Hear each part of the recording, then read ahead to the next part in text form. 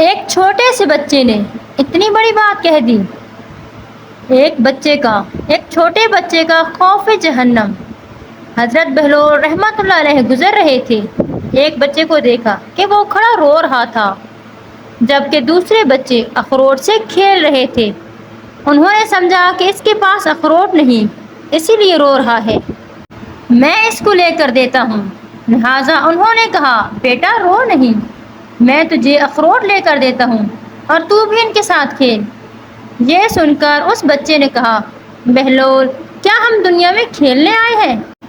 ان کو اس بات کی توقع نہیں تھی کہ بچہ ایسا جواب دے گا، تو انہوں نے کہا، اچھا پھر کیا کرنے آئے ہیں؟ بچے نے کہا، اللہ تعالیٰ کی عبادت کرنے آئے ہیں۔ پھر یہ سن کر بہلول نے جواب دیا، بچے ابھی تم بہت چھوٹے ہو، تمہارے غم کی یہ چیز نہیں ہے، ابھی تو تمہارا اس منزل میں آنا ہی بہت وقت پڑا ہے۔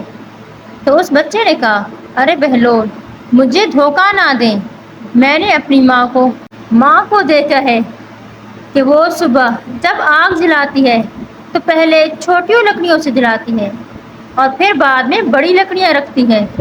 اس لیے مجھے ڈر ہے کہ کہیں دوزخ مجھ سے نہ جلائی جائے اور میرے اوپر بڑوں کو نہ ڈالا جائے۔ یہ سن کر بہلول تو بے ہوش ہو کر گر گئے۔